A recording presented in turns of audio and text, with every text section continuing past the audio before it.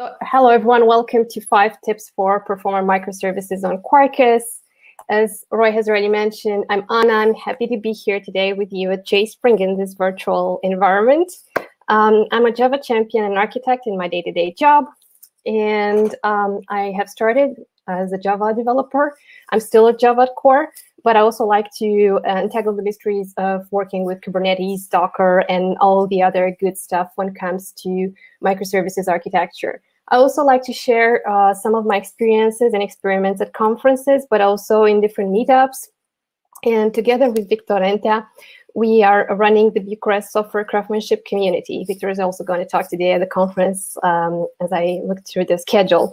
And do not miss his talk, by the way. I'm happy to be here today with you. And I want to talk to you about the hot topic of the last years, probably, distributed architectures and especially microservices. As many of you, I like microservices for various reasons because, well, they ensure deployment independency. You can develop those applications independently, you can deploy them independently. So multiple teams can work at different features and at different applications without actually waiting on each other.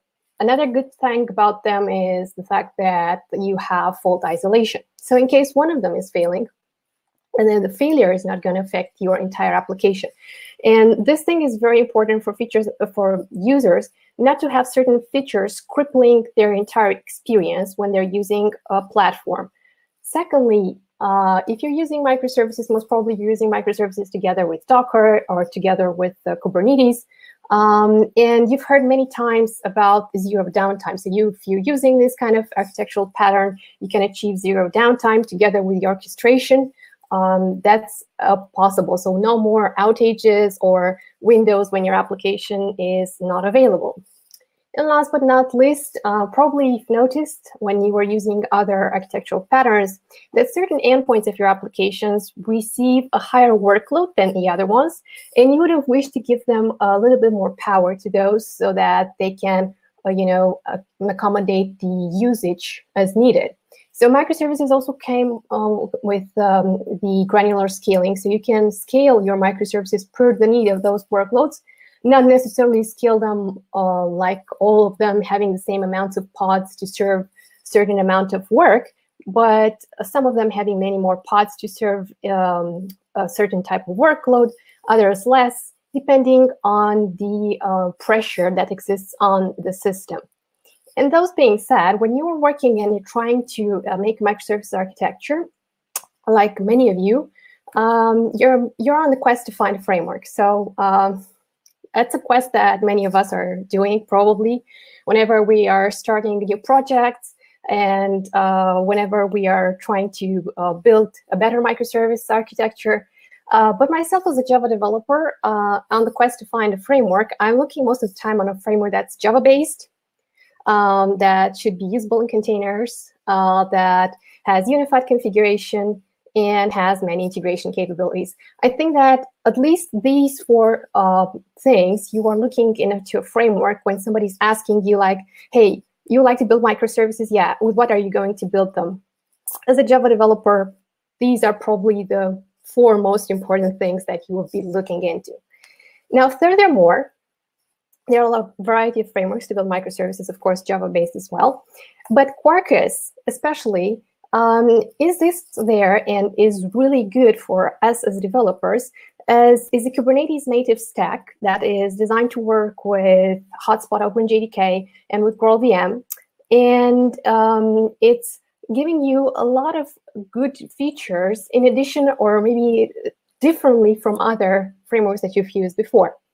One of those things that I like about Quarkus and firstly draw my attention at Quarkus because like many of you, I've been to conferences and I've seen presentations around Quarkus when it was launched, and not only, and followed a little more presentations about it as a framework. So one thing that drew me to Quarkus was the developer experience, because besides the unified configuration, it also came with the live reload. And that thing with the live reload kind of made me like, so that's an extra coming for this framework. Secondly, I have a background when working a lot with Spring and Spring Boot. So a lot of my mentality is coming from the Spring background, like how I'm building applications, how I'm thinking that I'm going to build certain functionality, and so on. And what Quercus brought, in addition to what I knew about from Spring, is that it has the Spring API compatibility, and it can help me to bridge a little bit the knowledge that I have with Spring until I'm learning fully the universe of Quarkus. So, for example, it happens to me many times when I have to build a certain feature that I'm thinking, how will I build this? And my initial thoughts are, how would I build this using Spring or Spring Boot? And afterwards, I'm thinking, like, okay, how could I build this with Quarkus? It's more like a translation. But what Quarkus brings to the table is that it has also early detection of the dependency injection errors. So instead of the runtime detection of the dependency injection errors, it gives you those dependency injection errors at compile time.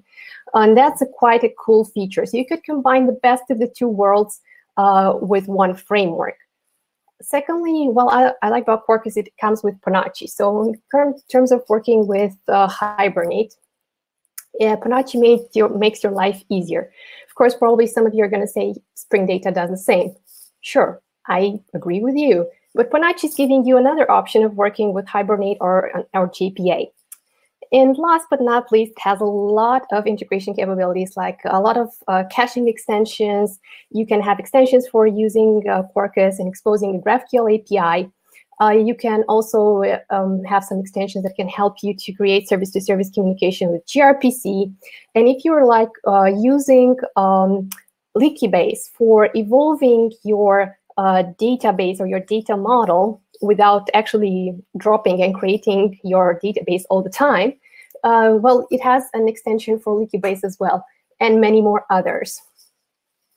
But of course, I think that seeing is better than just me talking. So let's go to the first factor I want to bring to your attention. Tailoring logs and profiles. So this is the first advice that I would give to you when working with Quarkus, to tailor your logs and your profiles. And what I'm talking about is, well, probably you've seen this in many of the demos. I missed my mouse a bit. Just bear with me for a moment. Yeah. How to lose your mouse. You've probably been to some demos and seen that when you start working with Quarkus, you go to code.quarkus.io. And here you can bring to life your future application. So for this demo that I'm going to do for you today, I'm going to create my own application, like group. I'm just going to modify it to call it experiment. And I'm going to call this maintainable landmark. And what I want to do in my artifact with maintainable landmark is pretty much simple, like connecting to a database to store some data there, probably something that many of us are doing. So I would probably need, if I'm talking about databases, let's just choose a database I have in my local PostgreSQL. So I pick my extension for JDBC driver PostgreSQL. You can go also reactive if you want. Then, of course, I need to communicate with my database, and I would like to use Hibernate. So probably I'll just write Hibernate, and I'm going to use Hibernate ORM with Panache, as I mentioned before, because I want to simplify a little bit how I work with my persistence code, and Panache kind of does that for me. Else, what I need to expose my services, obviously. So I'm just going to say REST for the moment, and I'm going to go with REST Busy Jackson. And furthermore, because I was talking about like more integrations, maybe I want to later on change my mind and expose my API as a Graphql API. And why not? Because it's a good thing to have some good meters on your application and to see how your application is behaving. Let's just write a little bit about micrometer and get some micrometer metrics. And also, if you need to enable the Prometheus support and to communicate your metrics to Prometheus, you can also choose the micrometer registry Prometheus extension from here. So all these are actually the base of the application that I'm going to show you today.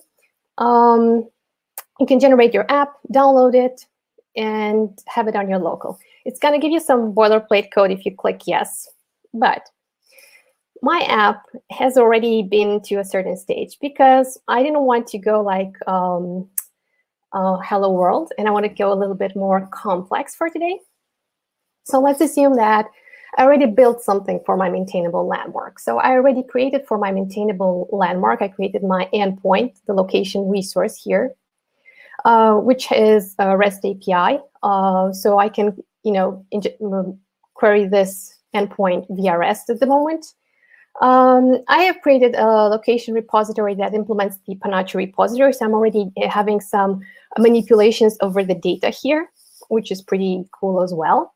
I'm having my model defined here, pretty much like a mini application that has already been developed. And we're going to add to it a few more things. Now, if you're looking to, enhancing your work when you already have built something with Quercus and you're past the Hello World model, you probably would create a connection to a local database. You would enable some logs, and that would be fine for your local.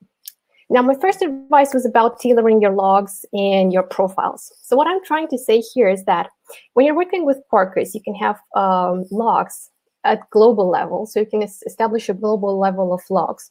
But you can also tailor a little bit more and go into the category of the logs, so you can establish a more refined way that you look at your logs. If you are like wanting to pay more attention to a certain layer in your application, you can do that and trim that by category. So you can even choose even more, like say experiment dot, what is this one, service, and put it on a different level like trace. This is going to generate a lot of logs, but anyway, you can do it like this. So it's going to be pretty fine and well. But this works on good for your local, so that's fine. But if you're thinking like, okay, how about next? If I'm going a little bit like, how are the others going to collaborate with me? How is going to happen for the rest of the people?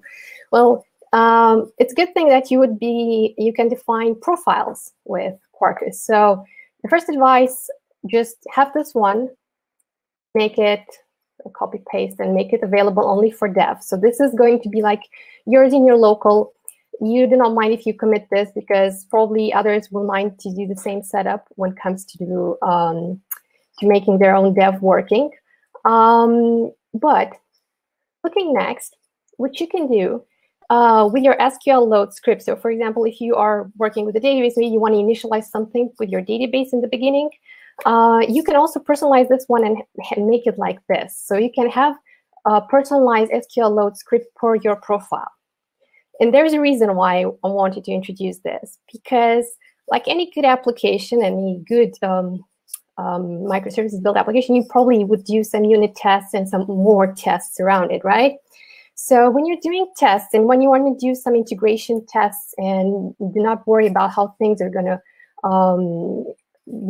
work, you cannot necessarily in your tests expect that there's going to be a PostgreSQL database running somewhere and be available so that your tests run successfully integrated. So most probably you're using an in-memory database, and your in-memory database is pretty much going to simulate the same things as your real database. So same thing, drop and create, the same values here, but the Sql Load Script is going to be import test.sql. And the reason why I'm saying this to you is that I'm going to duplicate this one here. Okay, a moment. And minus test. Okay. Now, rename this one to dev. So the dev one is saying that for my primary key, because I'm setting UUID as the value for my primary key, I have altered my column to accept UUID. And the function for defining UUIDs for PostgreSQL is this one. But if I'm looking for the test, since I am working with an in-memory database, the probability for the same function to work with the in-memory database is close to 0. So this is when your import minus test.sql is actually helping you, one of the cases, but it can be helpful also in separating the concerns, like you don't need to insert as many informations as your import.def, probably just for testing. So let me just put it here and put the UID for my in-memory database, and so that it works with my H2 database. And pretty much the rest is kind of the same. Furthermore, what you can do with the logs, if, for example, you need to export the logs. So, for example, in your local, you're fine with the logs in this format, right? But you need to stream your logs to a different service so that it gets interpreted. You can also go with a facility that's code.quarkus.log.console.json and set it to true. What this does is actually it's going to transform your logs to JSON, and you can propagate these logs, and you can furthermore stream these logs. If you're using some streaming mechanism also in Kubernetes, you know they're available a few ways. They're available a few services that can stream your logs from inside Kubernetes to other services, and those can look into your logs furthermore. It's an easier way when you're having to export your logs to services. So try to think about using this kind of facility as well. So this is the advice number one for going with your logs and your profiles. So the application is already looking a little bit better than in the beginning when it was just one profile, and it was pretty closed. So the second advice is to use variables when customization is expecting it from outside your application. Probably many of you are using pipelines for continuous integration, continuous deployment, and so on and so forth. And some of the variables are expected to come from there. Sometimes they are the password and the user and the password to connect to the database, or other kind of configurations or tokens that you expect to come from outside of your app, and you as a developer, you don't have much control on it. And of course, a completion to this advice is that you should offer default value for your variables. Is a good practice. If I'm going back to the IDE, I can see that I've made a profile for dev and for test.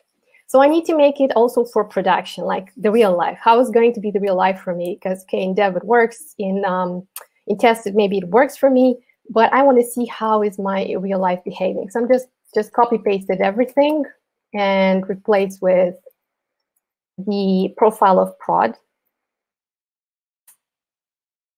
Okay.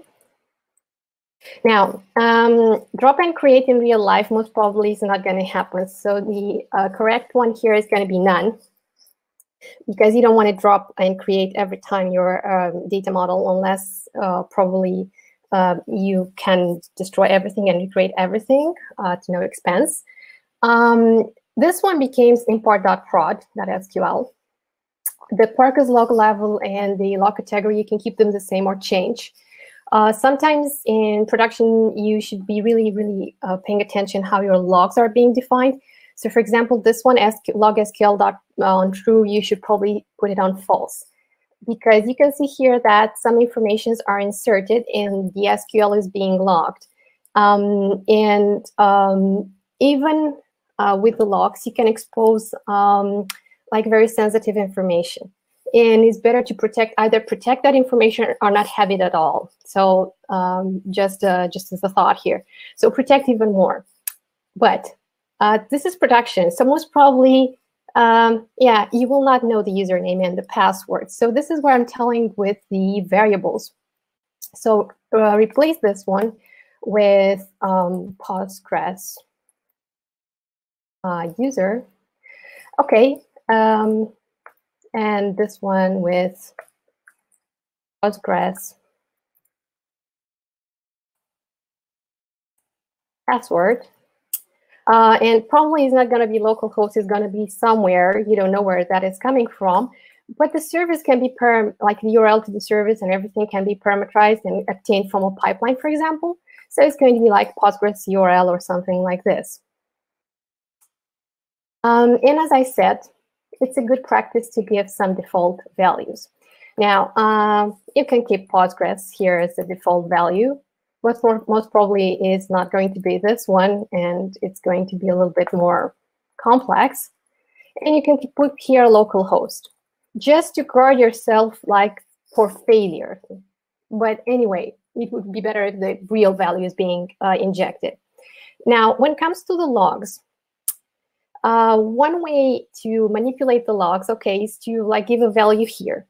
But a good way to override the value that's here is also to give a parameter to the logs. So have this at the pipeline level, like when you need to like look deeper into certain logs and to enable a different set of logs, have it parameterized from a variable and not just have it statically injected here. So it's going to be like app level log and the default value to info, and the it's going to be like actually global, sorry, global level log and app level log on debug.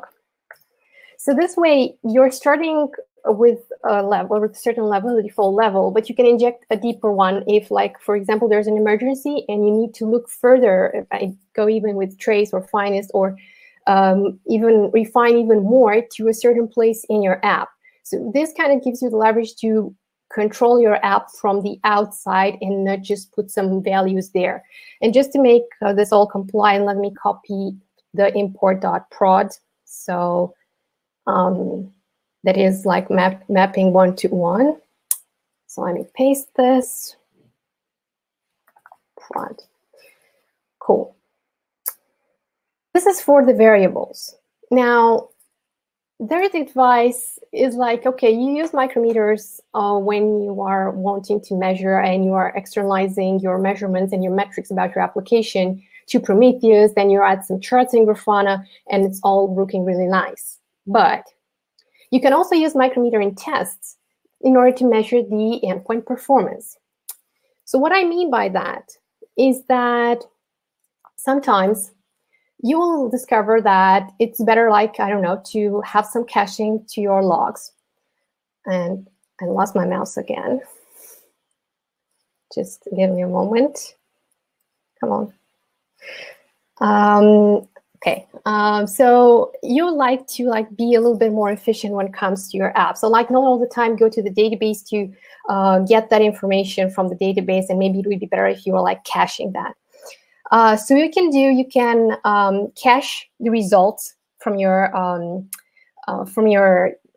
application. Like in this case, you can cache the results of the find by name when you want to find a location by name, using as cache key the name of a location. And this type of cache is the caffeine cache that comes also as an extension of Quercus. And when working with cache, of course, you can annotate it here, but you need to give it some size, right? So you need to give some measurement, like what's the initial size for how much time that cache should be available, when it should be refreshed, and so on. So when you're working with cache, you need to set an initial capacity. So in my case, it's going to be 10. So I'm going to put location by name at my cache. Maximum size of 20 and expiration after 60 seconds. And I'll keep this one as global, by the way, for the moment, and see afterwards if I need to tailor it differently for my profiles. Now, when you're working with this, of course, you want to make sure that your cache is not full. You want to prevent the certain situations when your things are not handled properly. So why not better to make just a unit test to see if these things are working as expected. So I have my should measure cached locations by name method here. Let me split this to the right of my screen. So, and I just want to look into how I'm going to test the cache. And first of all, I have worked with my cache. I have created a simple meta registry here, and I injected the cache manager so that I can have access to this cache here, to this cache name here, because I'm using the Quarkus tests, and this one is going to simulate for me a real environment. So since I'm simulating reality, I need to get access to the real name of my cache. And going here, just put given, and wait a moment to make it a little bit bigger and better. Okay, so I have here my cafe cache, and via the cache manager, I'm obtaining my location by name cache. And using this cache, I am initializing a gauge in my registry, in my simple matter registry, that I'm going to use to measure the performance of my cache. Furthermore, I want to do some requests so that I can see how my cache is performing. And the easiest way that I can do that is by making some requests to the API. Again, let me format it. So when I'm injecting and I'm saying, okay, I'm make an invocation 5 times to API location for the name Hermitage Amsterdam. If I'm to look into my initialization for the tests, so let me look in the import test.sql, I do see that I have Hermitage Amsterdam as a name here. So this one is going to be found exactly like it is, right? But I want to look a little bit more into this and see how the cache is behaving for situations when the match is not going to be there. So I'm going to copy paste this and make a little bit more and delete this part. And yeah, make another invocation. I'm just going to put here national. These two, I'm expecting to return the status code to 100. But if I'm looking in my location repository when find by name is invoked, what happens is that I'm strictly looking for finding by name. So the first one might get me a result, but the second and the third one are not going to give me any result. It's going to throw an exception about that the location is not found. And furthermore, if I'm looking into my service, I'm processing that exception because I don't want to show to the users the location was not found. I'm just wanting to return an empty message, an empty object with the message that the location was not found for the given name. So I'm kind of like swallowing this exception, so the users are going to get to 100, but still, I need to see how my cache is behaving even in these situations. So I'm just iterating 5 times over this one and 3 free requests here. So let's see what's the event for this one. So I'm going to use, again, the gauge to see how the when has behaved. So I am retrieving my gauge based on its name, which is cache.size, like initialized here. And I am adding all the measurements to it for all the time that these invocations were done there. And I need to now to assert how many times these measurements were done there. So if I'm looking here, regardless if it's 5 times invocation, since we're talking about a caching, this caching by name, it should be 1, 2, 3. So my assert equals is going with 3 here. And let's run the tests for this one. It should measure by cache. Now, the should measure by cache, it's going to take probably a little while because my laptop is a little slower to run. But you'll see that this is a nice way to, like, all the time make sure that your cache is not full and it's behaving as expected, and to measure its performance. And you can even go a little bit deeper with the tests with the micrometer and so on. Just for a moment for my tests to happen.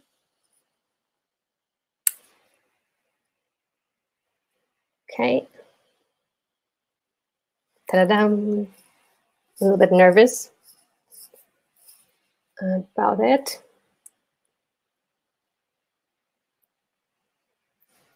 It normally doesn't take that long, but sometimes during the demos, why not, is taking a little bit longer. Come on.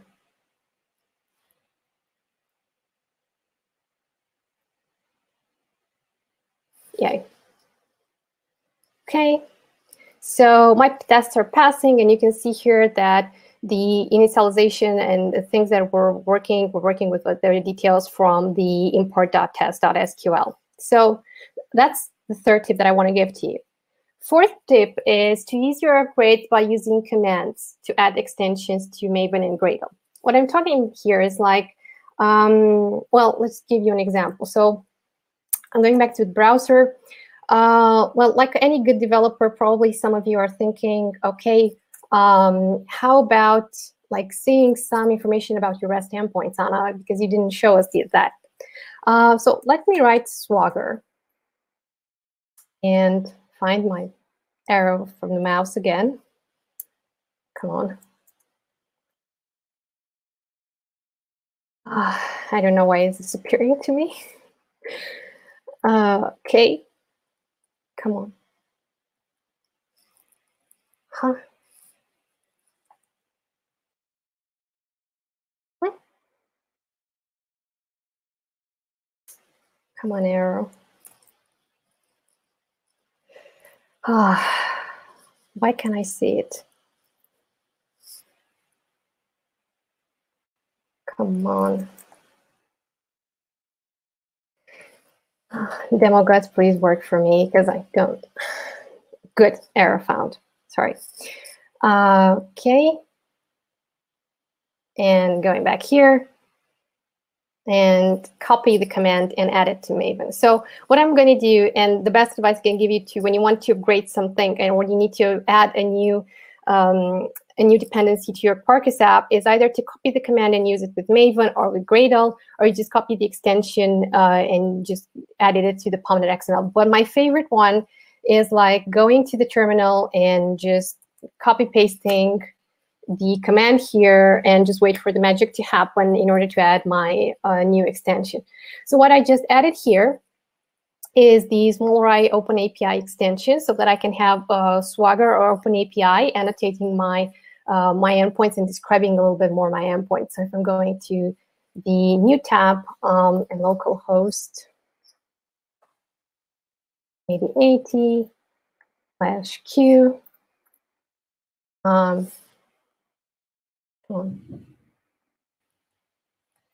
Restarted. Huh. Just give me a moment. It was started earlier. Come on. You're alive. Restart.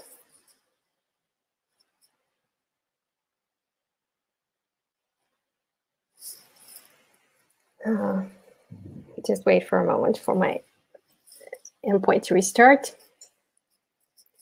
Okay. I think I went too quickly with this. So while my application is restarting and is putting back to how it was in the application, I should be able to invoke it on 8080 and /q. Come on.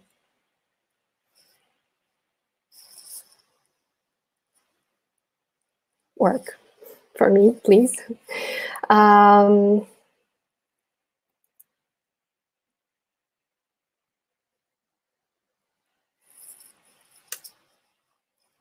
Okay. I'm wondering what happened with it. Let it take some time. Maybe I hope that I didn't lost my connection to the database, as this seems to be the part that it takes a little longer to my local database. Okay, so slowly starting. Cool. It's usually faster, but now under presentation, it's some pressure on it as well. So this is my location with my endpoints. And if I'm going down here, I can see the Swagger UI. So just by adding that extension, I'm able to see the Swagger definitions for my API, and I can just work with my API nicely without not making any change to the API. Another cool feature that I pretty much like is the dev UI. because it gives me some information about the beans, about the cache that I'm using, GraphQL, if the GraphQL schema was generated, and so on. So you can see here everything about your application and further see what happened in between your configurations. And also you have the config editor, and it's pretty cool to interact your app visually as well. Besides this cool feature of working and configuring, getting to the last tip, you should compare the efficiency of REST, GraphQL, gRPC when it comes to service-to-service communication. What I'm trying to say here is that in time, I've noticed that REST, even though that is preferred for working, because everybody knows how to write REST services, has worked with REST services, has been here for a while, it's much more comfortable to work with it. When it comes to service communication, there are also other alternatives out there. So sometimes you can employ GraphQL, for example, when working, like if you need to expose your services, your APIs, and you want to expose them for greater consumption as a GraphQL service, it's way easier to expose them as the GraphQL endpoints and less work for when you're creating the GraphQL gateway where you're stitching together all your schemas for your microservices. Or you can use gRPC if you have identified that gRPC works better when it comes to service communications. There are some pros and cons to each of them. And most of the time, what I notice is that developers are more comfortable by using just simple REST, or maybe create a GraphQL API. The reason being is because, well, experience, and we always like what we're feeling more comfortable with, right?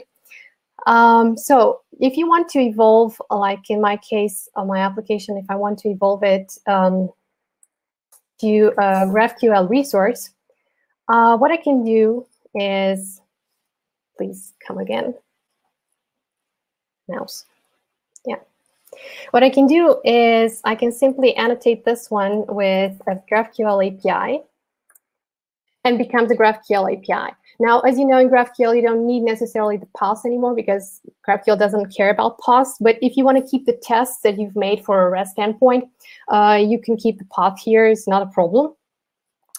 And if you need to transform all these, you just query and give it a name. So this one is going to be like all locations. I can give it all locations. And this one, just put it at query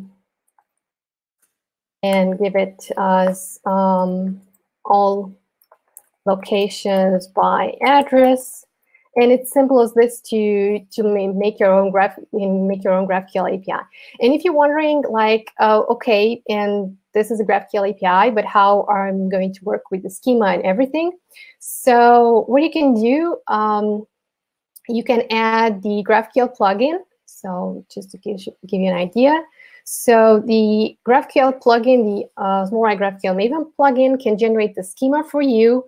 And you can share the schema furthermore for stitching together with the rest of the schema that you have from the other microservices.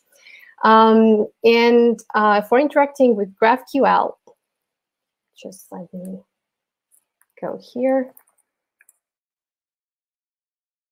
Localhost 8080 q GraphQL -UI.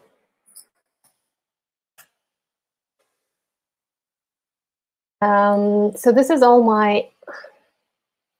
my GraphQL schema, and yes, it was not generated for the moment. I need to generate it since it's in my Maven part. Come on, mouse. Why am I doing this to me? Okay. Yeah. So I just clicked on the package, and it's going to generate for me the GraphQL schema so that I can work in the UI part and query it properly in what I showed you earlier in the GraphQL UI. This is a very, very useful endpoint if you want to query by query your GraphQL APIs and see how are they behaving. And you can have a lot of useful features here, like to prettify, to add variables or request headers in case you need to customize even more. So those being said, I want to thank you for listening to me. Well, I am pretty open for your questions right now. So I hope that you have questions for me. This is where you can find the code for today. I'm going to commit this code, and it's going to be available in my repository. I'm going to share also the presentation with you. So welcoming your questions now, and hopefully I'm finding the mouse back.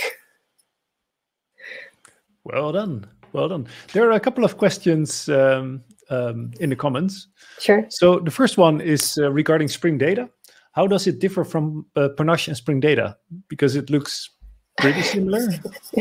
Well, it's Panache is specific to let's say to the Quercus and is working in the Quercus landscape.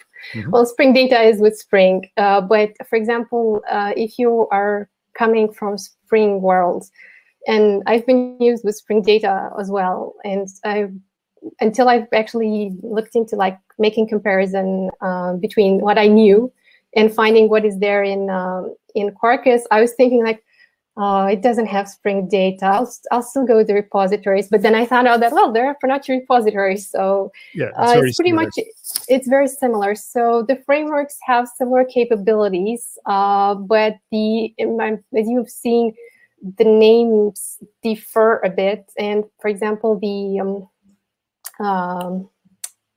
annotations, you're not using AutoWire anymore, but you can still use AutoWire if you want to use the Spring context and everything. But if you are going with more with the Quercus way, inject is the powerful one. Yeah. Is it also part of the Jakarta EE or? Yeah. Yeah. Yes, part of the Jakarta EE. Yeah. Yeah. So a second question I saw was, how would you manage data loaders and field level queries? Data loaders and field level queries. Well, that's in the case probably of GraphQL, right? Yeah. The field level queries, well, is generating for you a schema. But you do need to work a little bit around that schema. So that's something that I wanted to tell you. So the plugin, it does some magic for you. But as I discovered, you do need to work a little bit around the schema that is generating there. And you do need to work a little bit on the GraphQL part. But it's a good starter. For a long time, I've been afraid of using GraphQL because I used to think that maybe it's something that only the colleagues that know Node.js very well can do it. And for me in Java, it's going to be very complicated to do. But this one is a good starter. But to be very truthful and honest, there are some tweaks to be done. There's not that it's not generating and it's doing all the good stuff for you. Okay, then there's the obvious question being asked: what is the advantage of Quarkus over, for example, Spring Boot? Oh my God, I don't want to take sides. That's the thing. I don't want to influence people. There are some differences, pluses and minuses. And I mentioned the pluses as I found about Quarkus. I mentioned them in the presentation. So I pretty much like the live reload, even that my computer is slower at the moment because I'm sharing and doing a lot of other stuff in the background, but. I like the live reload. I pretty much like the fact that I can combine both Spring and Quarkus. And I really like the fact that the extensions are smaller than the starters that Spring has. And it's easier for me to build with that than that one. I mean, that's something that I found as a developer is useful. And when I was mentioning about the extensions, and adding the extensions with the Maven command or the Gradle command. The reason for doing that is because you're defining the version of Quarkus, not just for all your extensions, basically up there in the POM. And when you need to upgrade, it's way easier to change one line than to go to each of them and see if it works. I mean, from the upgrade point of view, I'm finding it a little easier with Quarkus. But many more goodies are there available. And I don't want to influence people like go and use only Quercus. And yeah, I like Spring Boot as well. I didn't give up on it, and I'm still thinking a lot of things in Spring Boot mind when I'm developing. So yeah, and it's also, I think like the people who develop Quarkus, they also take a good look at Spring Boot and the other way around, and they use each other's ideas. So yeah. Someone also commented that Quarkus really works well with GraalVM, and especially the native part. I know. If you want to do native compilation, that's like a big plus of Quarkus, of course. True. The thing is that, well, Spring also comes, I mean, a few months ago, the native part also is available in Spring. So I cannot necessarily say that only Quercus has that. So, but let's just say that Quercus was there first. And I can say that both of the frameworks are being, I know, heavily developed, and there's a lot of development and fixes and things coming around. So I cannot complain. Choose what's best for you. That's what I can say. Yeah. There's also a question, is it compatible with Kotlin? Can you use Kotlin and Quarkus? I think it's compatible with Kotlin. I haven't used it with Kotlin, if that's the question, but I think I've heard somebody saying that it is. I didn't look into it because I didn't need to. Also, people ask if you can share the presentation in the chat and if you can share the GitHub link in the chat. Yes, of course, that's planned anyway. I was just talking with Roy at the beginning. That is planned to be shared, don't worry. I will upload the presentation, and the GitHub link is at the end, so just go through it and you find it at the end. I think it's easier if you just download it and get the link from there, so yeah. And other than that, well, thank you very much. I don't think there are any new questions, so thank you. Thank you for your time. Thank you. Have a great conference and day ahead. Have fun. Bye. Bye.